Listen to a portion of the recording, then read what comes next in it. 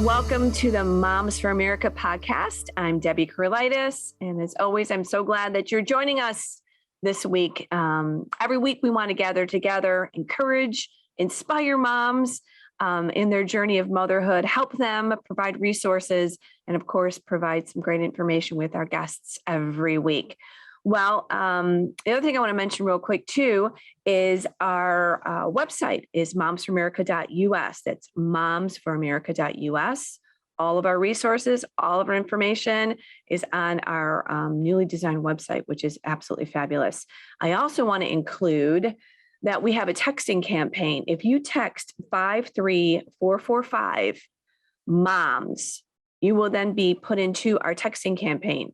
We don't text you every day. We might not even text you once a month, but anytime we have an event in your area or a new release of a program or initiative, we will go ahead and let you know. Again, text 53445 moms. All right. Well, today's podcast is going to be another incredibly informative episode. So gather up, mamas, get your pens and your papers and your brains and your mama hat on, because if you have children in the public school system, this is going to be a great podcast for you. Here's some of the things that we're going to be discussing. How to be a strong voice that pushes back on the leftist agenda that is sweeping right into our children's classrooms in the public schools. How we as moms can underscore the great ideals and values that have made our country exceptional. America is great.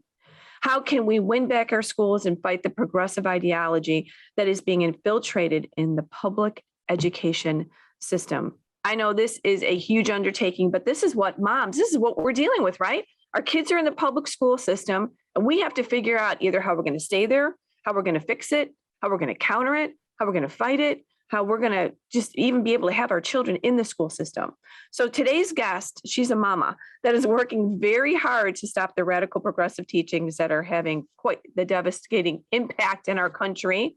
And I am so excited to have her. We chatted the other day on the phone and I was like, oh my goodness, this mama is taking it on. So we want to go ahead and welcome Dr. Fishbein.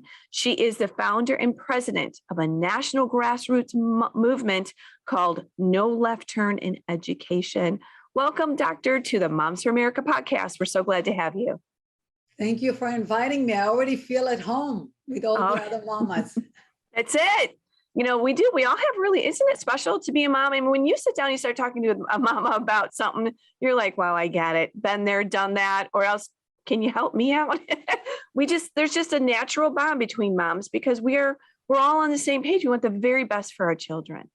Absolutely. We connect right away. We understand each other right away on a very basic level. Yes. And that's very important. Can you tell us really quick about your family? I'd love to know about your kids. What does your family look like? Introduce us to them. Thank you. Well, I'll start by telling you, I started a family late in life, and I would like to make this an encouragement for all these mamas who also started late or to be mamas. I married late and I gave birth at 52 and 54. No. Yes. So it's possible. So we can do whatever we. This is another podcast.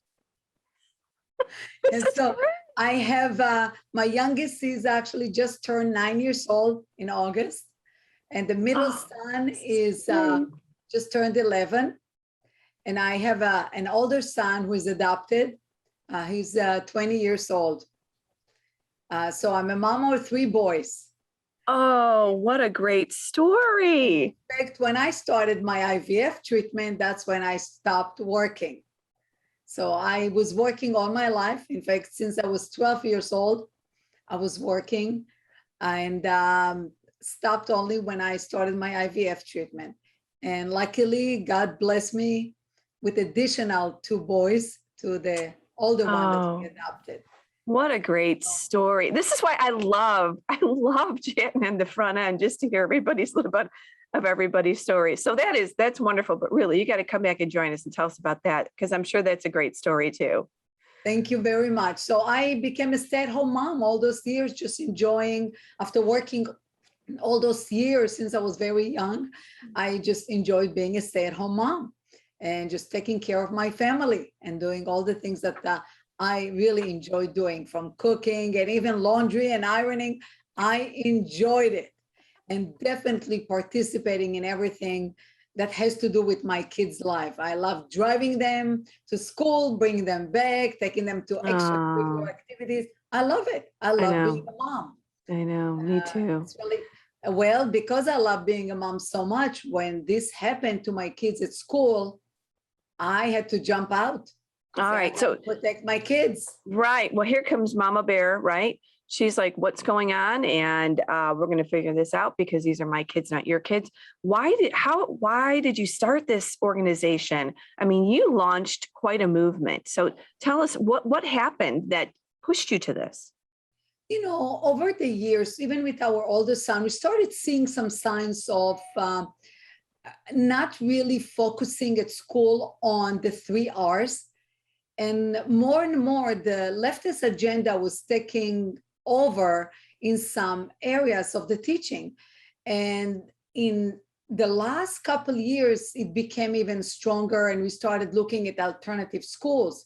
Right. But then when George Floyd was killed, which was horrible. Of course. Then, but what was, I think, even more horrible is how the forces that wanted to destroy our country got out of the woodworks and starting to revolt all over. And I agree with you 100%. This is an exceptional nation.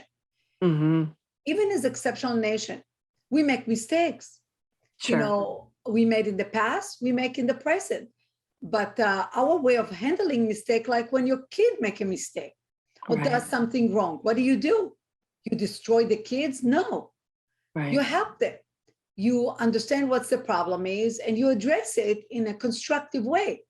So yeah, there was something wrong that was done. There are social problems in our country. I'm a social worker by training. Okay. My bachelor degree, my master's degree, my doctorate degree, all of them are in social work, child welfare. I do recognize there are problems in our society, but the way No one's to handle denying them is that, not by right. destroying the society. Right. We have a lot of good things. We are really the exceptional nation. We are really a model to the world. And that's why people are knocking on our door and willing to risk their life in order to come to our country. That's right. So what happened?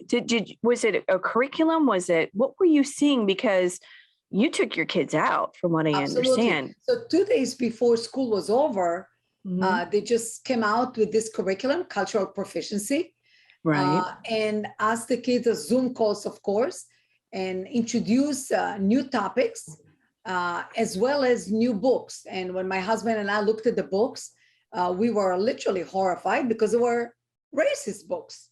Right. About white supremacy, about focusing on the color of the skin, and we opted our kids out.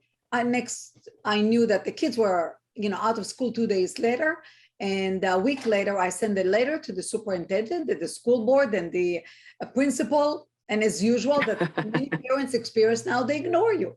They don't care. They take your taxes and they do whatever they want. So a few weeks later, I said, okay, all of us are hunkered down in our homes because of the COVID.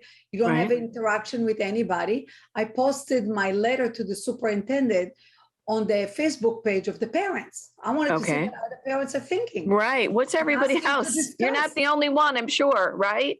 Yeah, I thought so. And I wanted to see what other parents are thinking. And lo and behold, I was lynched. And a lot of mostly mothers were attacking me and calling me, labeling me as racist and bigot. And I was kind of really surprised they could not have a civil discussion or just take a subject and just voice your opinion. It's okay that if we think differently, let's have a discussion. And they demanded that I will be taken down. I was taken down. I tried other Facebook pages in our community. Either they won't post me or they take me down right away. But at the same time, I got a lot of wonderful private messages of support. I'm sure. I am sure. Yes. Yes. And the thing that concerned me the most, that led me to launch the movement, was that all of them were afraid to talk. They are, and I couldn't understand it. Your mama, your dad, You're a grandparent. When are you going to get up and protect your children? Right. And I told Well, them, sometimes, Ilana, we need someone to rise up, right? And then that encourages other people, especially other moms, because a lot of this is new for moms, right? Moms have been in the home, like you said, we've been enjoying being a mom where we've got 100 other things to worry about, literally, besides taking on the school board. So this is kind of a little bit of a new, I just had another guest on the other day, and, this is new for a lot of moms speaking out and then getting attacked. I mean, it's happened to me here as well. It's not only speaking out. I admit that I knew nothing about the way the system worked. Right. The system, we know about the union, we know they're powerful, but we did not understand really what's their true impact at the local level at my house. The same thing with the school board. Sure. We did not even knew whom to vote for a school board. We did not know the candidate. We didn't think it's important. We just were upset every year when they raise our taxes, right? To the school board. But we really didn't understand that we actually are responsible for it because we're not voting. Well, I think people know now, right? Oh my God, absolutely. People know now. Before we leave this topic, though, cultural proficiency. I'm in Illinois. I've not heard this term. Where are you located? And I know that they're wrapping all these terms into different diversity, equality. I mean, there's all these different terms that they're using, but cultural proficiency is the one that really obviously pushed you to your limits. Yeah, because you're absolutely right. They are using euphemism. Mm-hmm. They're using what I called, and I have it on our website, under code words. We have a list of over 100, probably Code 130, words. What I consider code words, because they do not want to use CRT, critical race theory. Sure, they don't. So everybody start using some type of terminology to deceive parents. And doesn't that sound nice, cultural proficiency? Exactly. Right. Who would object to that? Who would object to DEI, diversity, equity, and inclusion? Mm-hmm. Who would object to anti-racism? Who would object to sociology of change? That's another one that is used in Nevada. When if we'll get to touch on the first lawsuit of a parent, of a mother, actually she's a widow, against a school, they use their sociology of change. So they use a whole variety of terminology to deceive us purposefully. So, and to hide really what they're doing. And when we get into that later on to explain it, we see what actually they're hiding and why they're hiding it. Mm-hmm. But for me, it was looking at, the title was very nice, cultural proficiency. But when we opened the books and read the books, that's when we discovered what they actually mean. The devil is in the details. Yeah, it always is, isn't it? What's the mission of No Left Turn in education? Just so we can get an idea of what you're doing. We are about getting all indoctrination, all politicization out of schools. We would like the kids to focus on education, or what used to be known as the 3 R's. Right. There is no reason that any kid will know the political affiliation or opinion of their teacher. Right. There's no reason that the school will push any agenda, political or otherwise. And this has become very, very prominent today, particularly after the death of George Floyd is very widespread. And we are saying no. The second thing that we are big on, because, I think this is the ultimate tool, is for giving the power back to the parents. It is written in law. When the Department of Education was instituted in 1979, the law says specifically that the primary responsibility for the education of the children is of the parents. Mm-hmm. And the schools, the state, the localities, and the private institution have the primary responsibility of supporting the parents. Today, it doesn't exist anymore. Today, the parents were completely pushed out of the education of the children, out of any decision about the education of the children, and schools are literally being hijacked, and the kids are captive audience. Look, let's be realistic. We know that today, with the increase of parents homeschooling, Yeah. we are talking about maybe 10% of kids being homeschooled. All the kids are out there in public schools and private schools. Now, to make a correction to your opening statement, my kids were in public school, so I automatically assumed, well, it's our taxpayers' money. We should be able to control what is done with our taxpayers' money. So I started the movement when I launched it, thinking about public schools. However, in zero time, I had a lot of parents from private school, parochial schools, and they're facing the same problem. Some of them much worse. So therefore, our movement from the get-go is not about only, families or kids in public school, but also private. About the kids of all the kids of America. You're right. You're right. And let's clarify that too, because just because you're going to a private school, it doesn't mean that a typical types of indoctrination aren't happening there. And what's even more horrific about that is you're paying for an education. So then parents have to check out their private schools as well. Now, we just moved our son to a private school. Boy, was that quite the investigation, making sure what their stands were, what they were going to teach. But that's disheartening as well. So we've got to hold not only the government schools, but the private schools.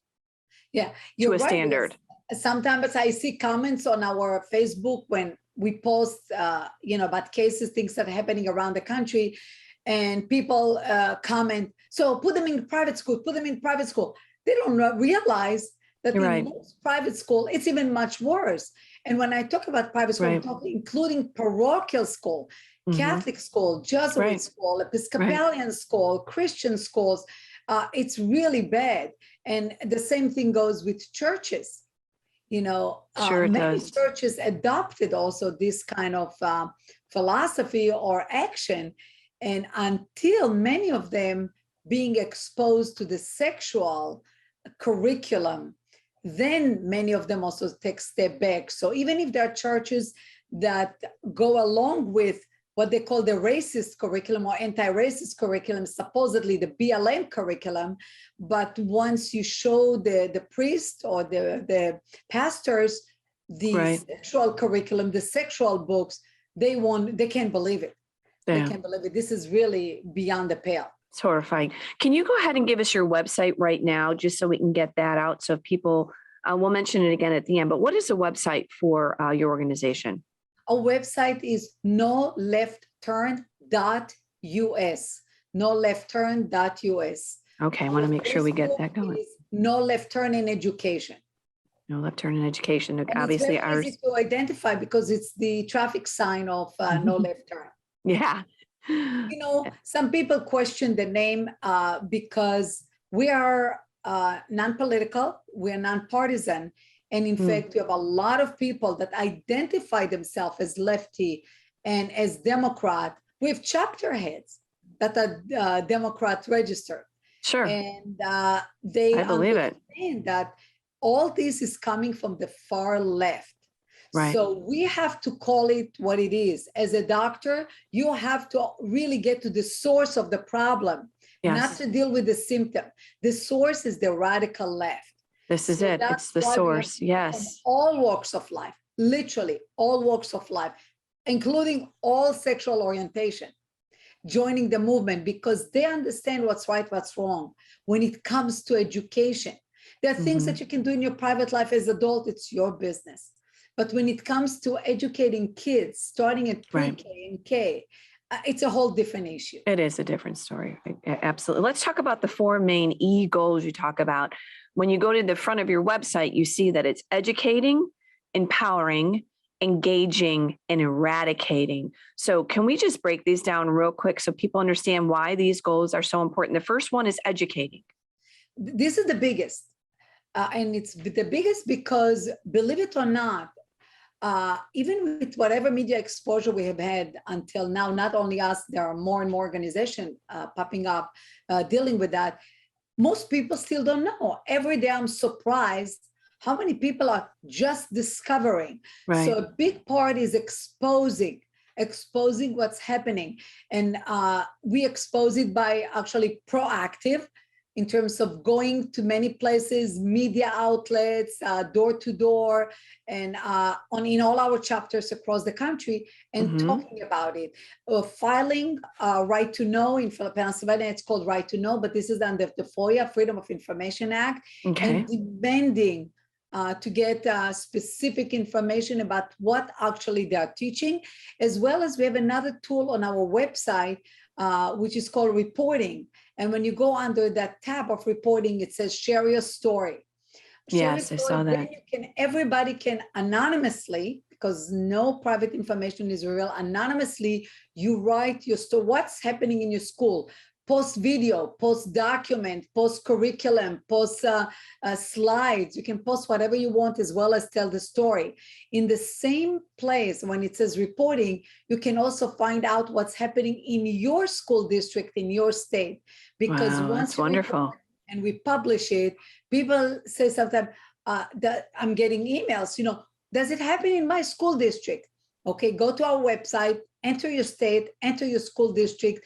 And that's why we need as many stories as possible, posted, so we expose as much as possible. So education is extremely important. The other part of the education, one is the exposing and, revealing what's actually done. The second part is providing alternative material. Because it's very important to know. Because then it's like, what do we do? Curriculums. Right. There are good books, there are good curriculums, and every day we are adding more and more material to our website to make it very easy to parents to access and to anybody who wants to know, including teachers.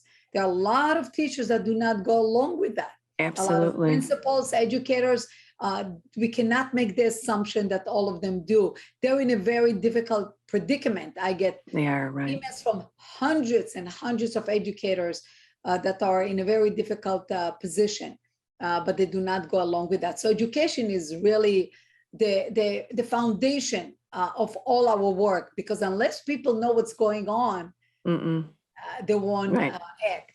So now, once people are educated, then they really do feel empowered, don't they? So I can see how this is your next step. That's right. So some of them do. And once they find out, they say, I would like to get involved. I'd like to do something. However, some are afraid because of the cancel culture. We're getting email from parents, from mothers that said, I'm afraid to talk because I'm afraid how they're going to treat my kid at school. Right. Or you're getting people that are afraid that they're going to have some consequences in their job, in the job place. For the employment. So there are still a lot of people that are very concerned, or socially, that canceled by friends and family. But for me, again, I'm constantly saying to them, get your priorities straight. You're here to protect your child. This is a bullet that's coming toward your child. This is Are you going to jump in front of it? Are you going to take the bullet for your child? Definitely, I'm going to do it, and I'm doing it. And there are more and more parents who are getting up and doing that, and grandparents. We have a lot of grandparents. Oh, we tell our grandparents, our grandmas, please, if you've stepped out for whatever reason, step back in, because your grandchildren need you, and your daughter, your son needs you, because there's nothing like a grandmother speaking truth. They've got a special place in that family. So we encourage our grandmas and grandpas to really be involved. They're the ones that have such a place of honor in the home, and they should be sharing truths. Absolutely. And, I get also messages from people who do not have kids, but they are concerned about the future of our nation. They understand that this is going to go down to hell, literally. Because for me, thinking about Venezuela is hell. And that's, if we continue down that track into Marxism and socialism, we are doomed. It's going to be China, but we're not going to be as powerful as China, because we're teaching them that 2 + 2 is not 4, it's 5. Because of the ethnomath and ethnoscience, we screwed up completely. So we're not going to be competitive in the world economy, on the world stage. So indeed, we empower them. And one of the ways of some empowering is coming together. They're not alone. That's So right. going to a school board meeting by yourself can be intimidating because you never spoke in public, you never did it, you're not sure what you're doing. But if you go as a group, you're empowered. Right. So that's very critical. Join forces, yes, and it's happening all around. It's happening all around the country. What I would just say to moms right now is, if you're intimidated by doing this, I bet you show up at your school board meeting. One, you're not going to be alone because there's hundreds everywhere. So just take the step. Just go. If you can't get your girlfriend to go, your other mama friend, just show up, because you're not going to be the only one. Which is good, because back in the day, you kind of were just the only one maybe speaking up, but that's not the case now. Not now, that's right. But you know what? It's good to organize. It is, right? It's good because you want to know how to carry the message. You know what to focus about. Educate. Go to our website. There's tons and tons of resources and information, so you know exactly what's going on. And we constantly will upload information. There are a lot of videos that we uploaded of parents, mostly mothers, but parents speaking up in school board. Yes, absolutely. We have videos of children speaking up in absolutely. So go, and we put some information in terms of letters that were written to school boards. I have my letter that I wrote to the superintendent. So educating yourself is very powerful. You're educated consumer. Before you buy a car, how much investigation do you do? Before you buy a toaster, what kind of investigation do you do? That's right. So you got to be an educated consumer. We sure do. There is information out there. Read it, educate yourself, find out. You know what? You can find out a lot from your kids, although this is very tricky today. Many kids are being told by their teacher not to share with their parents. Incredible, isn't it? Those videos and emails of how teachers are instructing students not to tell their parents. In fact, one of the videos on our website of a student, a fourth grader, testifying in front of the school board, telling them how her teacher told her not to share with the parents. Isn't this incredible? Yeah, I know. We've seen some of these videos too. It is absolutely insane. Turning the kids against you. Right. They're turning the kids against us. Wasn't there some teacher that said, listen, your parents, they're old school. They don't know what's going on. You know more than your parents. I think she was telling this to junior high kids. So we're like, have are that you video on our kidding me? website. If anybody hasn't seen it yet, go to our website. It's out there. There's a title. We just started another page. We call it Walk Teachers Unions and Teachers. And we're starting to post more and more, exposing those teachers and what they tell the students.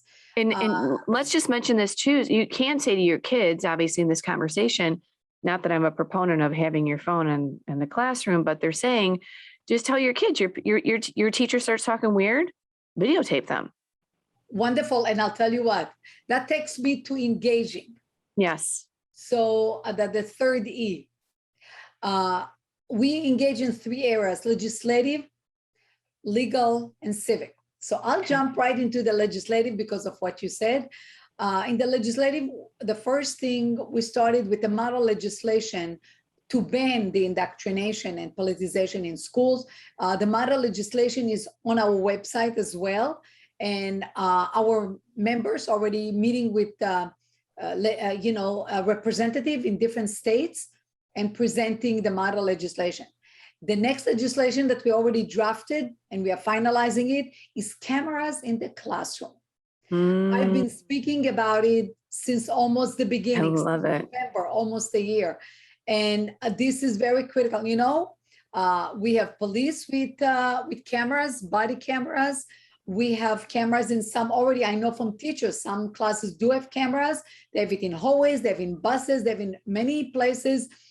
Those are public employees, public, places. There is no reason why we do not have cameras in the classroom. That's where you don't have to tell your kid to, and we hopefully will reach a point that the kids don't have to do that to tape their teacher, but it would be cameras that we can know exactly what they are doing in the classroom. This is very important.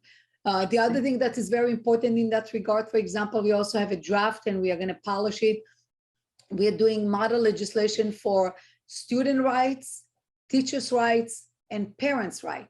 There's some states that they have good parents' right legislation, like I believe it's Arizona, some others, but not all of them has that.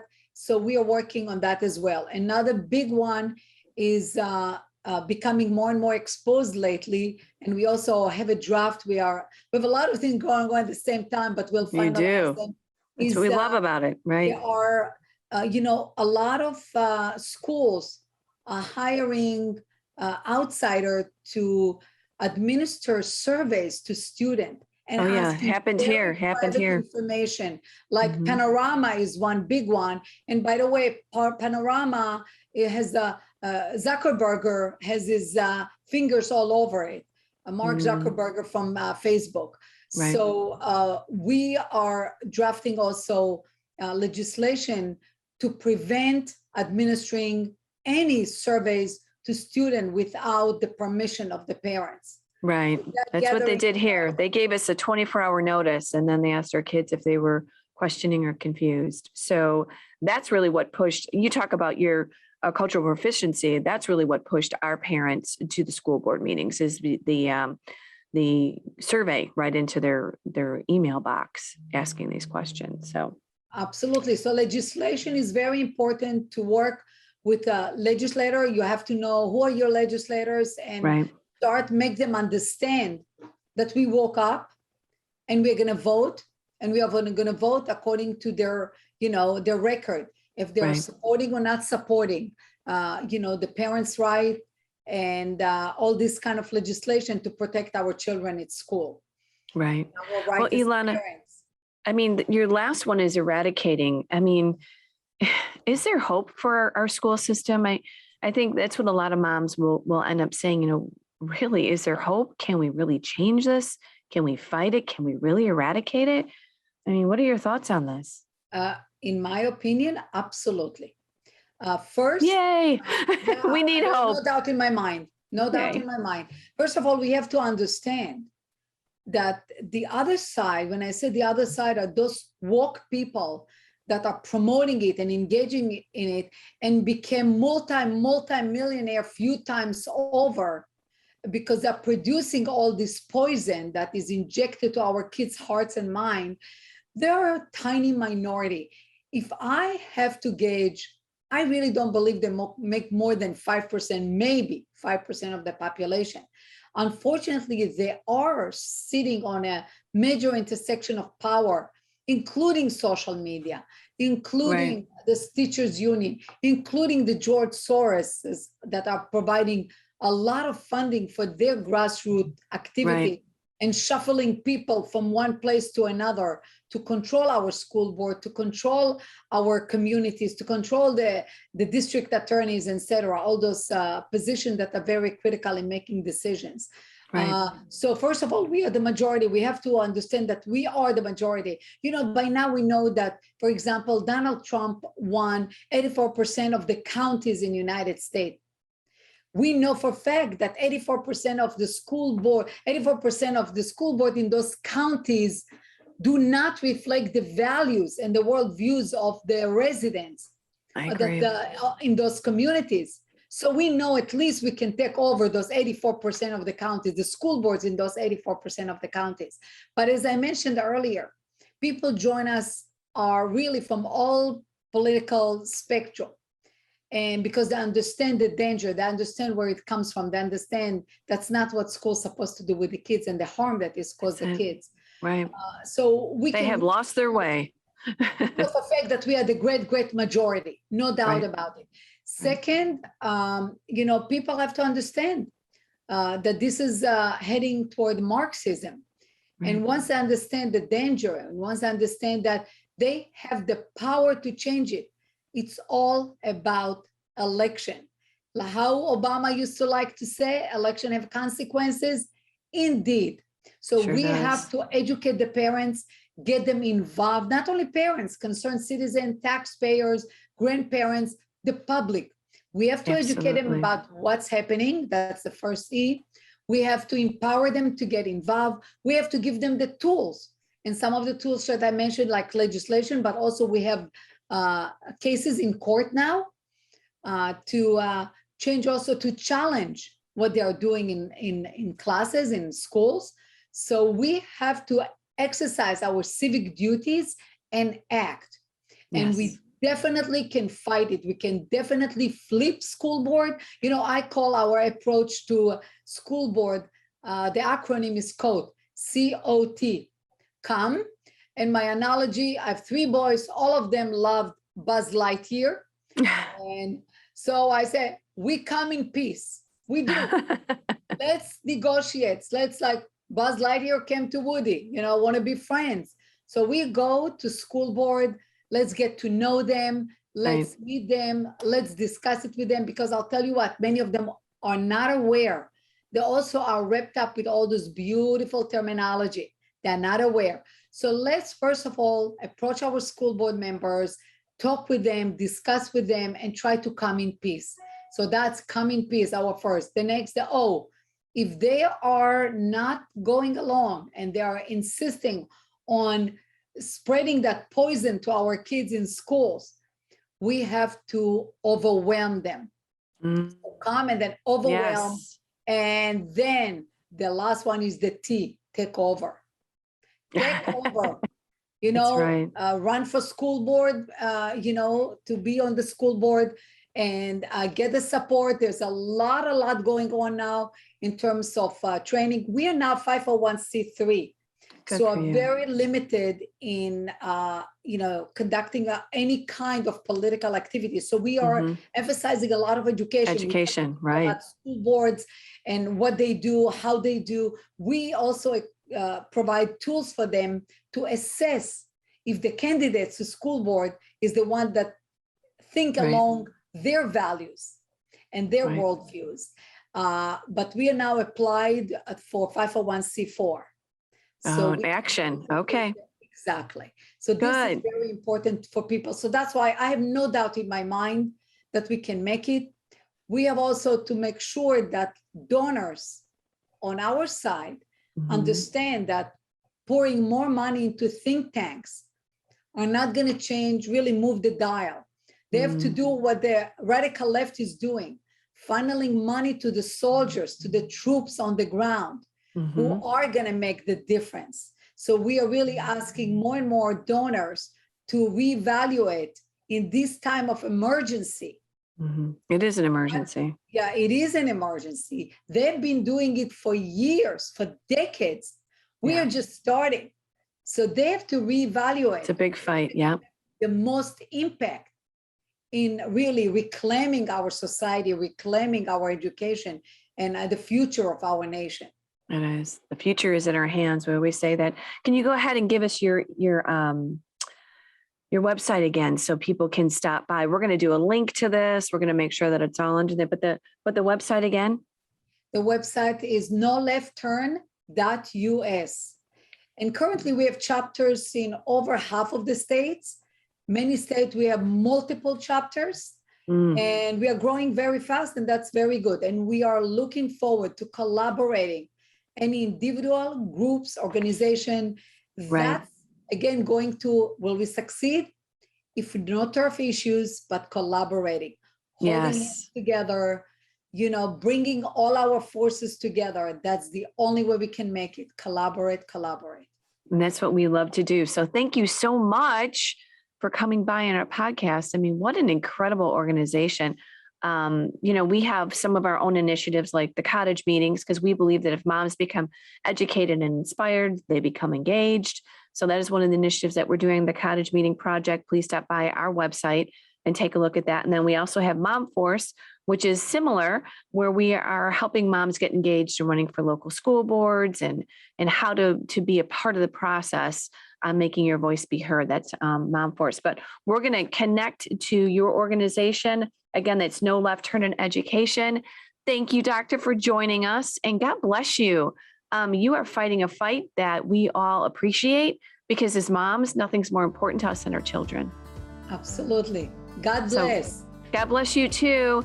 And thanks, moms, for joining us. We will see you again next week. And remember, we are changing the world one home at a time.